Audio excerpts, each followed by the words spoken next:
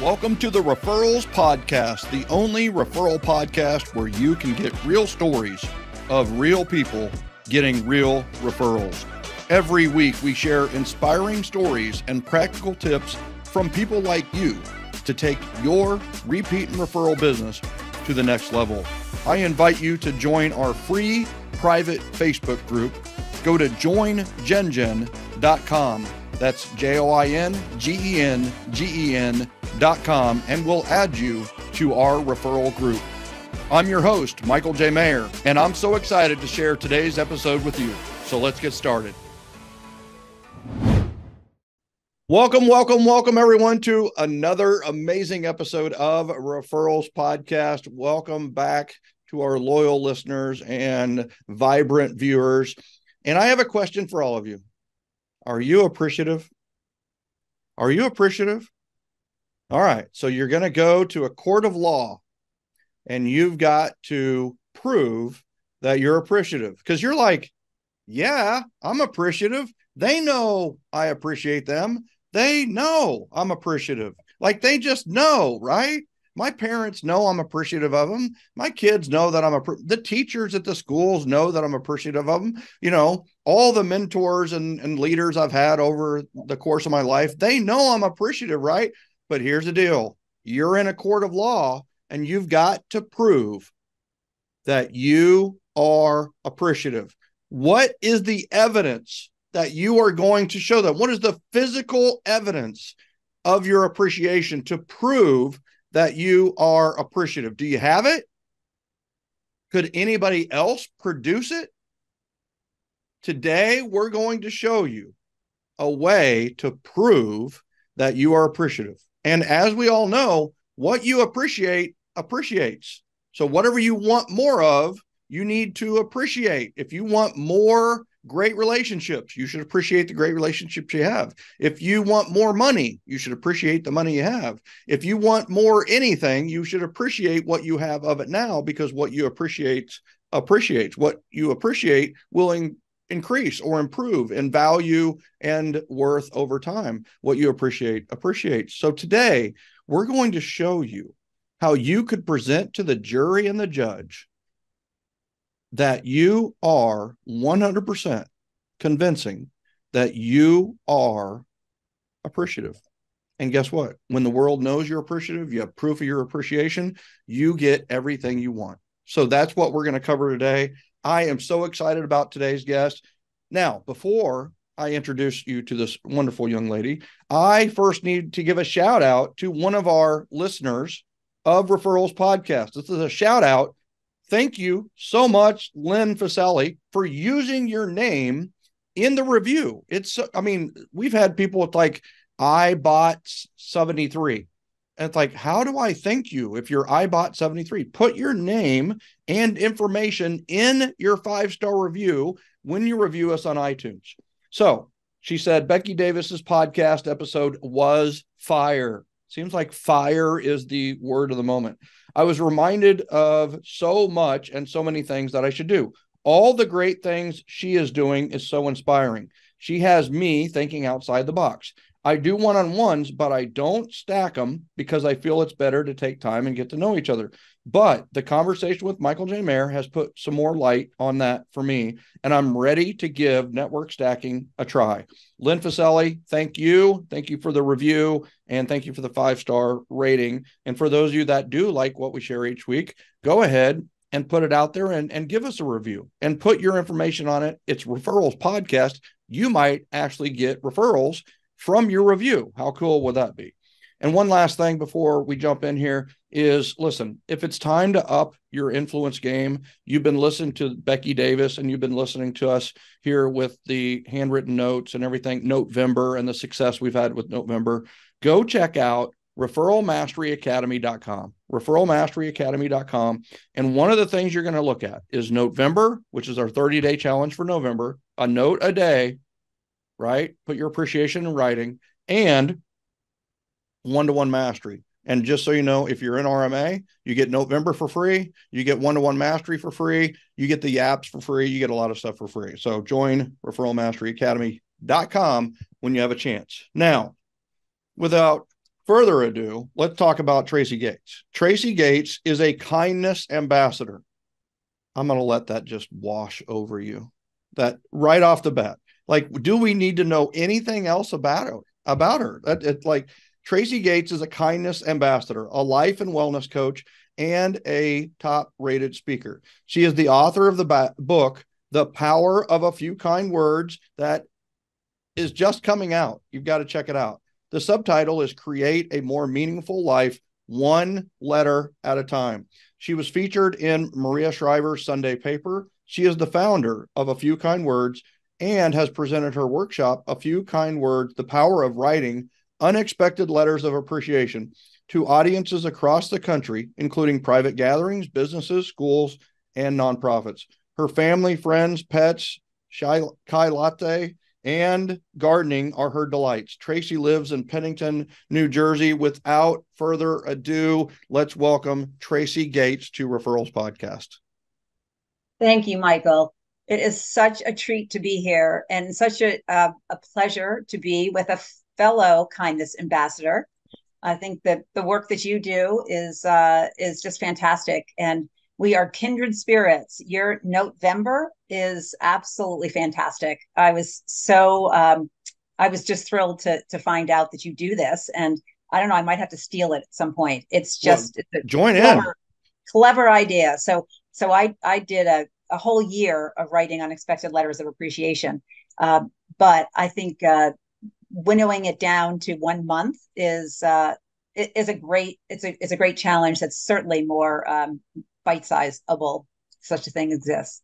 Well, it starts with one a day, right? Just write one a day. And what I hope is you inspire everyone that's in November and everyone that's kind of getting the ball rolling with handwritten notes to end up writing 365, 366 over the next year and getting into the habit of writing notes every single day, because it's so powerful. And you know, what's amazing about this is I'm not sure if your book could have come out at a better time, because there is a rekindling of the fire of handwriting notes and expressing kind words to others.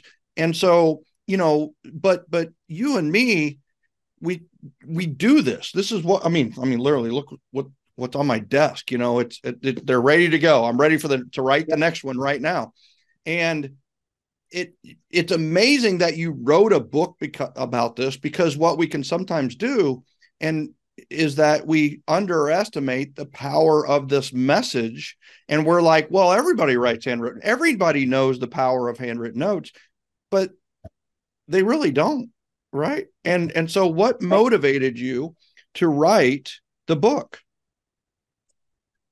Oh, well, it was a journey for sure. I didn't start out with the idea of writing a book and figure out how to fill the pages. That came after the fact. But I'm going to go back and just give you a little bit of history that has to do with the origin of the title, A Few Kind Words. So I have my adored, wonderful father was the kindest person that I know. Everybody in our world, our family, just loved him so much. But he had one incredibly annoying habit, and that was whenever he was asked what he wanted for Christmas or his birthday, all he said was a few kind words. And we couldn't stand that, right? It was so frustrating. Like, Dad, how do you wrap that up and put that under a tree? You know, so we gave him, cigarette lighters and neon colors and a puppy and a tie. And anyway, when I was 24, very sadly, he died suddenly of a heart attack on the tennis court. And I was engaged for 4 weeks at the time. And, he was never able to walk me down the aisle, and I was never able to give him a few kind words. But even at that time, I didn't really get what it was he was asking for. And really, it's what is his language of love, which is words of affirmation. And it wasn't until I became a life and wellness coach in my 50s that I really started to embrace the fact that we both share this language of love. And that I had always loved writing letters to people, unsolicited, not around a birthday or a holiday, but I just didn't think about it as something that I should do more regularly.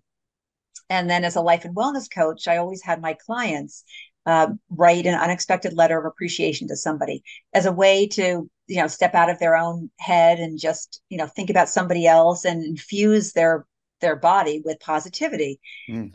And then I happened to go through a period of time that was a little bit stressful in my life. I had a work situation that was stressful, and then I was caring for our aging mother. And I suddenly, out of the blue, developed an autoimmune disease Oh, called geez. polymyalgia rheumatica, and it manifested by terrible pain in my arms and legs. And I really believed that that was stress induced, and which I think so many of our ailments are stress induced. And I sort of challenged myself. I thought, if stress can make me feel uh, pain and feel yucky, what would happen if I put onto my to-do list for a year kindness, if I Mm. proactively added kindness to my everyday routine? And I just thought, I really want to see if I can physically, mentally, spiritually, emotionally feel better by practicing kindness deliberately. So I challenged myself to write a handwritten, unexpected letter of appreciation every day for a year, just in the hopes that I would feel better. And it's a resounding yes that I felt better. It was really incredible how within just a few weeks I could feel my stress reduced. And that was because I was slowing down. I was engaging with people. I was actively listening, Mm. something that I think we don't all do. And I was realizing that feeling connected was its own medicine for me. And so I ended up, I did this every day for a year, and it truly transformed my life. It became a mindfulness practice that I still practice today. I don't write a letter a day anymore. I write when I feel inclined to do it. But over the course of that year, I had numerous people say to me, "You should write a book about your journey," Mm. because I came upon so many interesting stories and connections that came out of my letters. Well, And let's dive into that a little bit, right? And um, I mean, I absolutely love this. And the fact, here's what I find amazing is that it was painful for you to write the notes. You had fibromyalgia, yes? it, uh, polymyalgia rheumatica, Okay. something. Yeah, Yeah, yeah. So you had pain in your arms and hands, yes?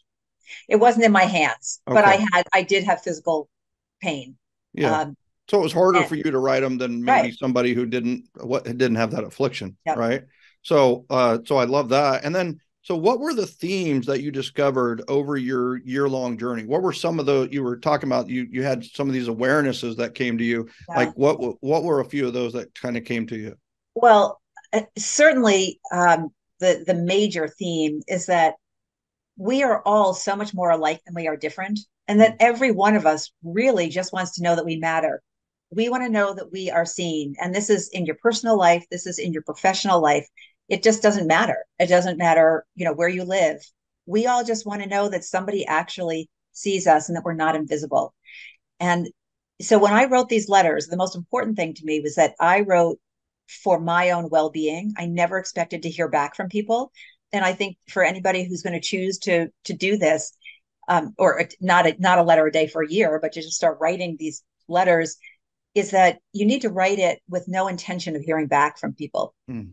However, I heard back from hundreds of people, and that was a really beautiful thing. And very quickly, a couple of themes came out of that. And one is that I heard well over 150 times the exact same words, which still just sort of just shocks me and humbles me. And that is, "You made my day."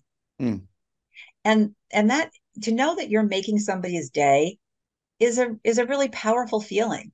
It wasn't, for me, I just thought, wow, I had a nice thought about Michael, and I just want to tell him I thought about him today, and this is what I appreciate about him. And yet these letters were impacting people far more powerfully than I expected they were. So to hear "you made my day," 150 times, was made me realize it doesn't take a lot. You don't have to, you're not writing a term paper. You're Mm. writing a couple of sentences or a page, whatever it is you want. And then the other theme that I heard that came out of it, something I heard far more often than I wish I did, was, "I was in a really bad place when I got your letter." Mm-hmm. I was having a really bad day or something more significant. And I got your letter and it turned the energy around in my day. And I never knew that these people were having a bad day. Mm-hmm. I just had a kind thought about them. So I just wrote them a note. And the lesson here is that rarely do we really know what is going on in somebody's life. So when you have a kind thought about somebody, please share it because we don't know the impact that that can have. It can fill a void in their life that we have no idea about. And I think we've already done the hard part, which is to have the kind thought. We just have missed opportunities for connection every time we don't share it. Yeah, that thought plus action, right? Having the thought, they say the thought is what counts. Well, I disagree. I think it's the thought plus the action you take off that thought that really matters, and that's thought plus action. And Yeah. I talk about this quite a bit. We have these 7 gifts of generosity that I talk about. The first one is thought. Think about another. That's generous, but we need to take that thought and take action on behalf of it. What could be posting on their wall on Facebook. It could be sending a private message to them. It could be commenting on something on social media, or it could be a handwritten note. And a handwritten note is one of the most powerful thought plus actions that we can take. Because how many people threw away your handwritten note? Do you think? Out of 365, what percentage or what number do you think threw them away? I'm going to say, my reaction is to say nobody did. Yeah. 1%, 2%. I don't know. No, I'm sure there's some people. 1% would be 4. There's no way. Yeah. Right. So imagine something that you send out that has like a 0 to 1% chance of being rejected and thrown away. And so powerful. I know there's a question that everybody's wanting to ask, like, who did you write? Like, how did you figure out who to write? And then what did you say? What did you kind of, or what did you start to come up with as themes on what to write, right? Or subjects or topics to write. So who did you write? So I knew right away who my first letter was going to be and who my last letter was going to be. So the first letter was going to be to our brand new grandson, our first grandson. And he was only a couple of weeks old. And I just felt compelled in my heart to start this journey right into this new life. All right, hold on. I got to jump in there. I'm sorry, Tracey. I reserve the right to interrupt when you drop gems. Okay. You're writing the first note to somebody who can't even read. You're writing the first note. That's right. To someone who will not even read your words until they can read, which is probably 3 years, 4 years down the road. Yeah. So it's, or maybe 6 years down the road, but it's like, that's just a huge deal in itself. I love, so, all right. So they're not going to be able to read it for a while. What do you want them to read? What do you want them to know? That one, I wish I had saved that letter. I did make copies of lots of my letters because they were joyful for me. I didn't do that then, but I wrote to tell him how much joy he brought into my life. That it was really about, I wanted him to feel a depth of love that he could read about, whenever he wants in his life. But clearly I hadn't even met him, and so, but the point is, these letters are just precious gems for anybody, for your closest, most intimate family members, and for my most favorite group to write to, people that you don't know, but you have a positive interaction with, and everybody in between. So, and then my last letter was to my father, who is with us right here. And he had, he passed away 33 years and 9 days before I wrote the letter to him. Oh, wow.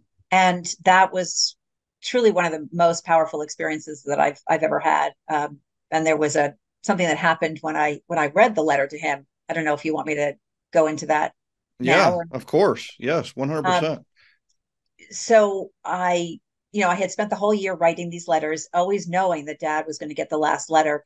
And I had spent a lot of time thinking about where I would read the letter to him and what it might feel like to actually write the words. But I never thought about actually receiving any kind of a connection to him. So I grabbed a box of Kleenex. I grabbed his picture, sat at my kitchen counter with my note cards, and and I wrote him a letter. And over the course of that year, I had felt so much closer to him. I mean, it was, to me, I named my journey A Few Kind Words, and it was a legacy of love to my dad. And so it was just, I always knew that he knew I loved him, but I had never put it into words the way he, I think, wanted. So I wrote the letter, and then we have some conservation land behind us with some woods, a lake, and then woods. Mm. And I had planned to read it in the woods, sitting on a fallen log. And it's a gorgeous day in February, absolutely bluebird sky. I take a walk through the woods with my letter, and I get to the lake. And for some reason, I just feel compelled to read it there, against where I originally thought I would, but something told me to stop. And there was not a breath of air. It was absolutely like I had stepped into a painting. Mm. So I just looked around to make sure nobody was coming and would see crazy lady reading a letter to nobody. And I read my letter out loud to Dad. And the absolute instant I said my last words, this incredible swirling wind comes up, and it just wraps around and around me. And the wind was so strong, I had to take a step back so I didn't fall over. My hair blew in my face, and I had to grab onto the letter so it didn't blow away. Mm. And then it stopped, and it went completely back to stillness. And it was absolutely a bear hug from my dad. I mean, there's no question about it. Mm. And it was this precious connection that, now lives in a special place in my heart, just for me. And, I'm not saying that people are going to get a wind hug if they read a letter to their departed one, but I want people to consider the option that it's never too late to share kind thoughts that you have about someone who may have already passed away. Love So, that. Love that. I mean, I got chills when you were telling that story. I literally felt it, not just heard it. And I mean, like, my father passed away as well, and I actually had the opportunity to write that note between when he passed away and when the casket was sealed, right? So I got a chance to slip it in next to him. that's lovely. And I think that anybody that has a parent who has passed away, I would encourage them to write the note as soon as they can. And yeah, Kleenex, you said you packed the Kleenex. I'm telling you, pack the Kleenex. But the other part of it too is, it's also great for grieving, and it's also great for honoring. And it's words left unsaid are sometimes the regrets we have. And then it's like, all right, there's no regret here. And just know that I love your practice that you went to kind of a quiet area that was representative, and read it out loud. Not everybody's going to get the response you got. But it's so powerful for you to have said them, and obviously he heard them. Just amazing. And I just find it, what a concept of writing your first note to someone who won't be able to read it for 6 years, and writing your last note to someone who you had to read it to, It's true. So very, and you had asked, who did I write to over this? How did I find my 365 people, which is what people ask me all the time. They get kind of tripped up on that. And I want to offer you the idea that everybody can find 365 people to write to. You just have to make a choice to do that. Mm-hmm. And again, I don't want people to be intimidated by this practice. I just want everyone to try to write a letter when they have next kind thought. Jot it down on a Post-it note or write it on anything and send it off. But when you start to slow down and consciously pay attention to the interactions around you, it's amazing what you can find. And so I started to just maybe linger. I have a chapter in my book called Linger Mindfully. I would make a point to, when I left a meeting, I just talk to somebody for another couple of minutes, or I ask somebody, in the hallway, a question. When I when I went to get my favorite chai latte, that's how you say that word. It's a tea. Yeah. I started to talk to the barista, and I just suddenly realized that there are stories. Everyone has a story to tell. And it's actually fun. It's more fun than looking at your phone when you're standing online somewhere to just somehow engage with somebody that might seem receptive to it. So, and I wrote to the most intimate family, closest friends. I wrote to old college, high school friends. I wrote to neighbors, people I volunteered with, and then I just went looking for people. I mean, at one point, like I found an old address book I had, and I went through, and I was like, that would be fun to reconnect with somebody. And so I just did it.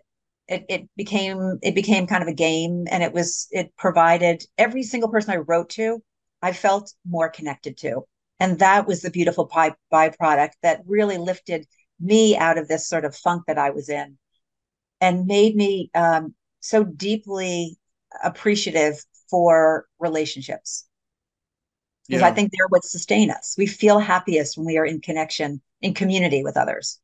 Yeah, it doesn't matter. Honestly, whether the people appreciated your notes. That's what's interesting about handwritten notes. It's the fact that how great you feel when you write handwritten notes. Yeah, It doesn't matter like how it's received, even though it is almost always received in a beautiful, appreciated way. We feel so much better that we expressed our appreciation, and that's what's so cool that's about right. handwritten notes is we're not there to get the rejection immediately. Not that there is ever rejection, but Right. we're not there to get the rejection, so we don't acknowledge the rejection. We just write it, love it, and just like, there, I said it. It's out in the universe, it's out in the world, and We just send and it off. man, if they hate me because I appreciate them, then so be it. Or if it brings up something negative for them, then that's on them. But I'm gonna say my piece and say it appreciatively, and keep moving. And the other thing is, all right. So can you walk me through an example in the middle of the two letters, right? So not the first letter, I totally understand that one, and not the last letter, I definitely understand. Give me an example of a day that you either lingered mindfully, or just give me like what I love about this is that because you had this commitment of writing a note a day, you proactively were looking to accomplish that task, right? So you were looking for people to write a note to. And I'm Right. sure, after 60 days, you had to look a little harder. You had to research a little harder. You had to, think a little harder. And it's like, all right, so give me kind of a random example from the middle 363 days. Okay. So I love chai latte. Yeah, And it's so funny. I totally butchered that in the well, opening, and well, and now uh it's a theme. it's like now I'll never ever pronounce it wrong, right? It's I chai hope you latte. go have one. I'm going to have Yeah, one after this recording. yeah. Um, but I'm very particular about it. I don't like spice. It needs to be kind of sweet. And so a lot of stores I don't actually care for their chai latte. So a new coffee shop opened in our town, and I was so excited because I could walk to it, and I thought, wow, maybe they're going to have a great chai latte and life's going to be even sweeter.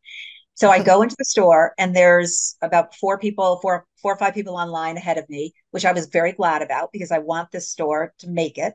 And I just watched the barista as she was getting people's coffee, and she was an older woman. She was probably in her 60s, and she just wasn't engaging very much. And no big deal, but there wasn't any sort of banter back and forth. And then I look up at the the blackboard, and it doesn't list chai latte. And I think, oh my gosh, this just cannot be. Uh-oh. She's I not need my chai latte. sociable. She's not looking to go above and Right. beyond. And here I am going to ask off the That's menu. right. So I Yeah. get up, it's my turn, and I look at her. Maybe there was desperation in my face. I don't know. And I said, do you have chai latte? And she just paused, and she had a sort of a blank face. And then she said, I'm going to make you the best chai latte you've ever had. And Boom. it so took me aback that I said the first thing that came to my mind. which was, well, that's a ballsy statement. Game on. Like, you know what I The like. challenge is up. The Exactly. challenge flag is up. The gauntlet has been dropped. That's So right. meanwhile, we then start bantering back and forth as she's making the chai latte, and she then finishes with a flourish of cinnamon on top. And now there's people behind us who are behind me who are sort of also engaged in this challenge. And then she puts the cup down and she slides it toward me and she goes, "Go on, like take a sip." And so I take a sip, and absolutely bar none to this day, and it's been 3 or 4 years now, best chai latte I've ever had in my entire life. And I said that. And then I said, "What is your name?" She said, "Cynthia." And I said, "Cynthia, I am absolutely coming back. This has been delightful. Thank you." And I leave. And I'm walking home with the best chai latte I've ever tasted in my life. And I have a smile on my face. And it's, of course, a little bit because of this delicious steaming cup of yumminess in my hand. But really, it's because I'd had this unexpected encounter with Cynthia. Mm. And it lifted my energy. And so I'm walking home. I thought, okay, she's going to get my letter of appreciation. And I went home and wrote her right away. I just wrote her a note, and I write on a 4 by 6 inch folded over note card. I think it's probably about the size that you have. Yep. And I write on the bottom part and part of the top part with sort of a standard letter. And I just basically recounted how much I enjoyed the experience. So I went in the next day to hand deliver it, and she was not working. So I left it with the owner, making her promise me that she is going to make sure that this gets delivered to Cynthia. And then because of my schedule, I didn't go back for 2 weeks. Mm. And I come back in and she's making a coffee for a gentleman in front of me, and her back is to me, but she hears the door open. So she kind of says over her shoulder, "What can I get you?" And I just said, "The best chai latte ever." Mm. And with that, the poor guy, because she stops making whatever fancy schmancy coffee he wanted. Yeah. And she turns around, she looks at me, her eyes fill with tears. And she said, "I've been doing this for decades, and nobody has ever written me a note before and let me know that they appreciate what I do." Mm. She said, "I've read it every day before I come to work. I'm keeping it on my dresser in my bedroom." And then she walked around the counter and she gave me a pre-COVID 30-second hug that was, Mm. I can feel it in my bones right now. Mm. And it just, it certainly took our relationship to the next level, because now we have a trust, we have a friendship that's based on such a minimal amount of time together. But now I would stop there and get a chai latte once a week before I drove 2 hours to see my mother, who I was helping to care for. And I found out that Cynthia was also caring for her mother. And so Mm. we would just share updates, and a very sweet friendship developed out of the fact that I just shared those kind thoughts and had that beautiful experience. Wow. So that's the That kind is I a had. great example. Yeah, I I mean, had a lot of situations like that. Um, it just doesn't take a lot. yeah. Yeah. So that was definitely an example with somewhat random interaction leading to a lifelong relationship. So what are some of the other benefits of this intentional business practice that you're now living and breathing and have done for a long time? What are some other benefits that you've experienced from that, and that intentionality, really, right? Well, it's I I I feel closer to everybody that I wrote to. And so I know that I know how much it truly feeds my soul. When I go through stretches of time where I'm just working at my computer, I'm not out socializing, I'm not seeing people, I feel myself go inward. And I also feel a little more, I hate that word stress, but Mm. I don't feel as calm. And this practice, if when I decide that I want to write to somebody, I intentionally sit down at a couple of different places in my house, and I fill my mind with the thoughts of that person. And I can actually feel a physical release, of endorphins, that helper's high that you get. And I feel calmer. And frankly, I like who I am when I write letters. I like myself better because I feel like I'm doing what we are all put on this earth to do. And that is to support one another. This world is throwing negativity at us every which way we can turn, and it's depleting. And I think we have to do these things that help us balance, or tip the scales back towards positivity. And I really believe that this is an intentional kindness practice. And it's really centered around mindfulness, because you have to notice before you can appreciate. Mm-hmm. Yeah. That's like Mahatma Gandhi, right? He said, be the change you wish to see in the world. Exactly. And like, if you want more positivity, this is a great way to do it. This is, I'm going to be positive for at least this time period, and the world is going to be more positive because of what I did today. And I mean, could you imagine, Tracey, if like everybody, 10 to 25,000 people a month download this podcast. Could you imagine if all of them did a handwritten note a day for 365 days? Like what that would do to the world? Like the positive impact would be seismic. It would be seismic. Seismic. I mean, truly, Michael, if all of your audience wrote one letter, unexpected letter of appreciation to somebody, that's 15 to 20,000. Is that what you said? Listeners? 10 to 25,000 a month. Yeah. I mean, think about that, because they then are impacting that many people, and there tends to be a pay it forward kind of thing that can happen. Yeah. And that's why I think this isn't hard. People think, oh, I don't have the time, I have terrible penmanship, people are going to think I want something, or that I'm weird that I'm doing it. And I can do a podcast on each one of those objections, because none of them hold up. Works. None of them works. They're all excuses, and they don't work, unfortunately. I mean, exactly. And but if we all just it truly can take 5 minutes.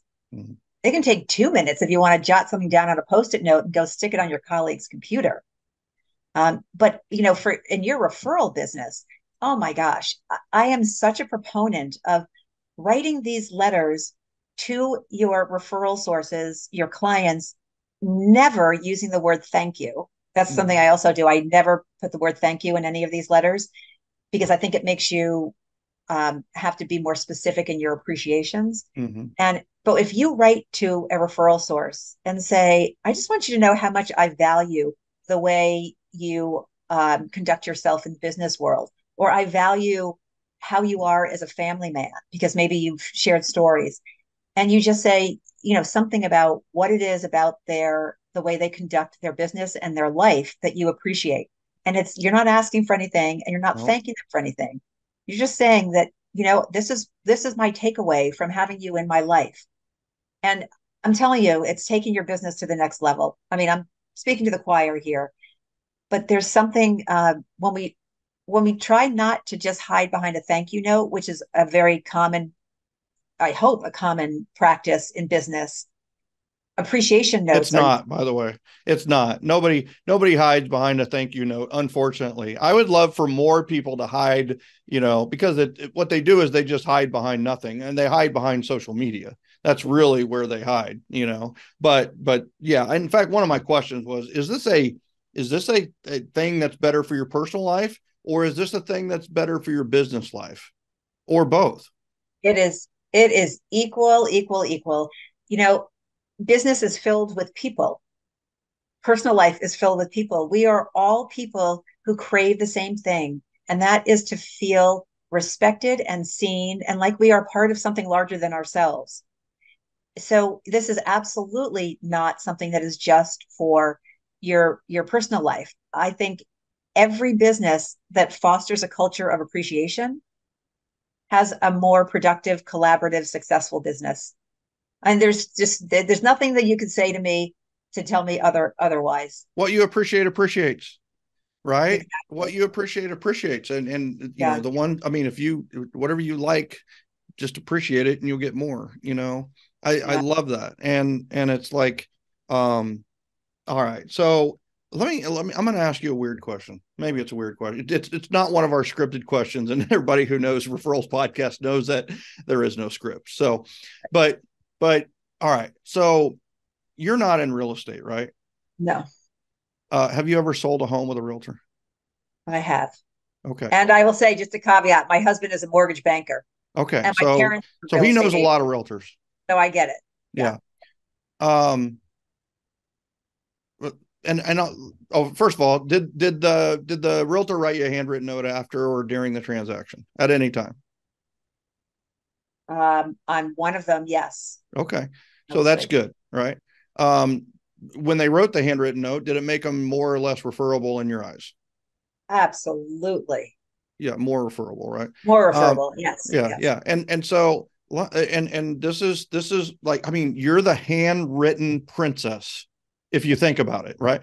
How many handwritten notes had you received before you started writing these notes? Oh, From a business person, from a business for some transaction. Your landscaper wrote you a note, or in this case, it was a realtor. One of your realtors that you had wrote your handwritten yeah. note, right? So, like, how many do you think? Oh, one hand worth. I Yeah, mean, I don't know, five.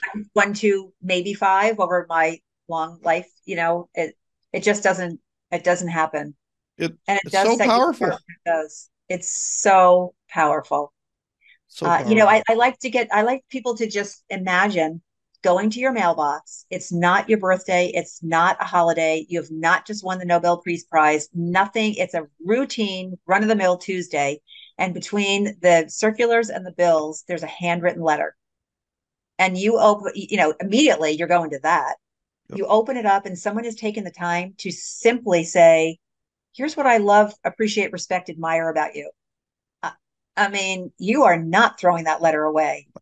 No. And it doesn't matter that we live in this digital age. The handwritten letter, it resonates in a way that it's just not the same as an email or a text. Yeah. Particularly with handwriting, it's nostalgic. Like I bet you can conjure up the handwriting of your parents and your best friend in high school, and Yep. your family members. And when you see that, it's just you kind of get a little like, oh, I wonder what they're writing me about. And it's just you just don't throw it away. You so you're exactly right, and it's interesting you talk about the handwriting like of your parent. Like my dad was a teacher, and a coach, and he wrote papers for education. He was an English teacher, so we had to take CE classes, and like he wrote things, and I was always like, oh, that's interesting, or that was a cool thought on that, or whatever.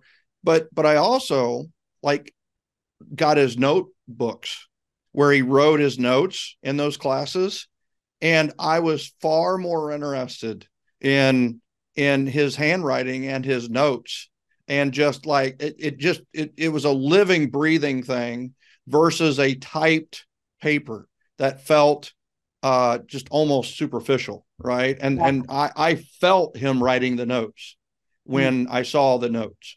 And That's and I still have those. Interestingly enough, I have his notes from he coached 3 sports, and I have the notebooks that he kept on his players, and notes he took about plays and different things, and I'll never throw it away. And I don't know why, like, those are old plays, well, it's but a beautiful connection to your dad because that handwriting is completely unique. Nobody else writes exactly like your that's dad, right. That's right. or my dad, and so it's a visceral connection that I think is really it's really special. Yeah. Have you ever read Your Handwriting Can Change Your Life by Vamela Rogers? No, I would love for you to read that, or I'll just send it to you. Right? If you give me your address, I'll send you that book. okay, It's exactly what you just said. It's like a thumbprint. It's like it's unique. Everybody's is unique, and you can actually tweak it and change it to become more successful. You can tweak your own handwriting. In fact, I have done that. I tweaked my own handwriting, no, and I think I was on my way to be successful anyway. But it certainly, I think, helped on my journey to being even more successful. By studying really successful people, which is what she did, and how their handwriting is different than the average, and there are differences, no, and it that's was interesting. some of it's a little out there, but most of it's juicy good stuff. So I'll Let me send just that to you.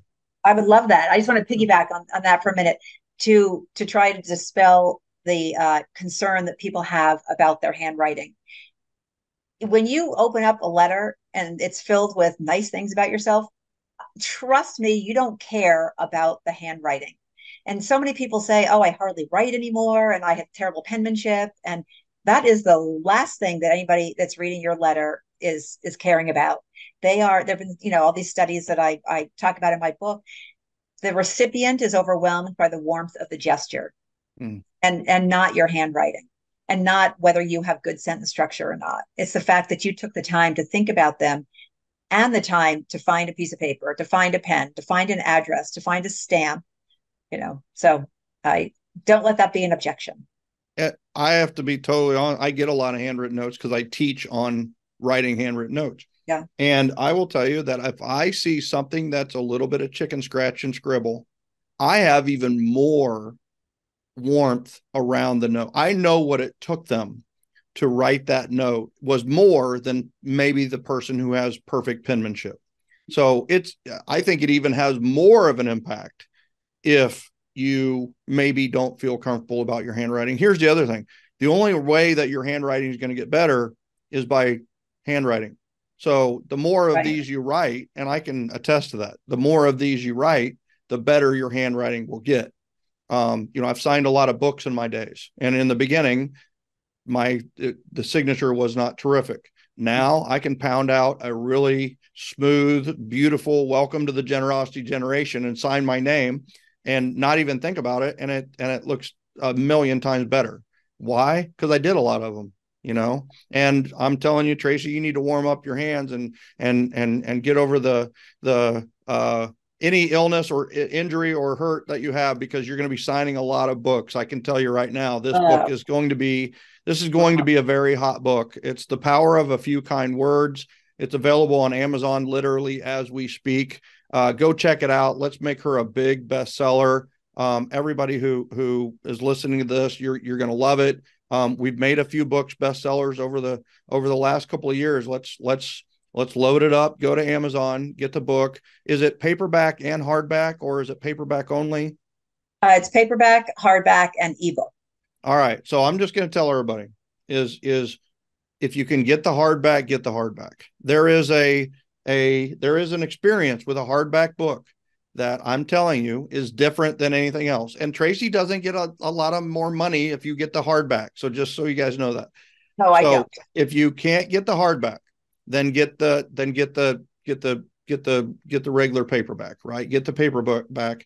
And then if you're just really strapped on funds, just get the ebook and read it. But the nice thing about the two physical kinds is highlight, underline, write notes, put Post-it notes in the book upside down with linger mindfully with a notification on where that starts. You're going to want to take notes. She gives you a lot of great strategies and ideas on who to write, how to write, what to write, and just how to have this intentional kindness practice. She is the ultimate kindness ambassador. And Tracey, any final words of wisdom about this letter writing campaign, this intentional kindness? How do others become a kindness ambassador? I think, like anything, I call it a kindness practice because it does take practice, and it's okay to be uncomfortable. I think we need to step out of our comfort zone a little bit and just try it. I say, as a challenge, give yourself a challenge and say, write a letter a day for 1 week. That's 7 letters that are going out into this world and making your day better first before it makes somebody else's day. And you just get to see if, did I feel my body relax a little bit? Did I enjoy the process? Write 1 letter if that's all it is. That's awesome. But if you do it for 7 days, you get a little bit of a feel. I know you encourage it for a month. But for this, I'm just going to say, try it for a week. And I also, if you have a family of 4, maybe you're sitting around the dinner table, imagine the conversation when you all take on this challenge and you say, well, who did you write to today? And who did you write to today? And you start to share this kindness. It becomes very contagious and infectious. And at the end of the week, then there's 28 letters from that family of 4 that went out. And it's just, bring it to your book group, bring it to your office environment. And I want people to not be concerned about how it's going to be received. but to just practice. If we don't all come from a place of love, then this world is just getting into a worse situation. And when we exude kindness, it comes back to us in so many beautiful ways. So I just hope that people will be willing to give it a try, because it's a medicine and it's magical. I love that. Love that. And love this. This has been such a terrific conversation and so much value here. And Tracey, I just appreciate you so much coming on and sharing your journey and sharing your stories. I appreciate it so much. And I just want to say thank you so much for being our guest here on Referrals Podcast. Thank you. Wonderful. I appreciate it very much. And ladies and gentlemen, I'm sorry, go ahead. No, I say I wish you the best. And I'm just such a fan of November. So well done. Thank you. I appreciate that. And ladies and gentlemen, I'm telling you that so we've got a couple of things that I want you to do. Number one is I want you to go get the book. I want you to go get Tracey's book, The Power of a Few Kind Words. It's on Amazon literally today. You can see a copy of it for those of you on YouTube. You can see a video of this and a copy of her book behind her. And go get it. Go get the hardback, go get the paperback, or if you have to, get the ebook. Bottom line is make that happen today. The second thing that I want you to do is I want you to go to November.com. You're not too late. You can catch up. We're not even halfway through the month. You can catch up very easily. And I will tell you that you can start the habit that she just shared. You can write one note a day on the main track. If you are a realtor, I also have an agent track. So you would be writing at least 2 notes a day. But the bottom line is go check out November, Notevember.com, and join us. And you'll also get some interesting information on the Referral Mastery Academy there. And then last but not least is you're all invited. If you're listening to this and you're a wannabe or potential kindness ambassador, you would be a perfect fit for the generosity generation. Join us on Facebook at joingengen.com, joingengen.com. I hope you'll join us over there. I hope you'll go get the book. I hope you'll join us in Referral Mastery Academy and do November. The bottom line is what you appreciate appreciates. And guess what? In the court of law, they will convict you of being appreciative because you have handwritten notes that people will put on the judge's stand. They will put it in front of the jury. There is physical evidence of how appreciative you are. Otherwise, how are you going to prove that you're appreciative? Because you said you are? No. Right here is a stack of handwritten notes that this person has written over the years. This person is appreciative. I can attest to it. This is so convincing. They are convicted. That's right. They are loving, generous, and appreciative. Ladies and gentlemen, I will see you next time on Referrals Podcast. Have a great one. I love you. See ya. As always, thank you for listening to the Referrals Podcast and reviewing the show on your favorite app. We read every single review, and I know many people read the reviews and in some cases have even referred the people who have done reviews. And I give a shout out occasionally to the ones that I love the most.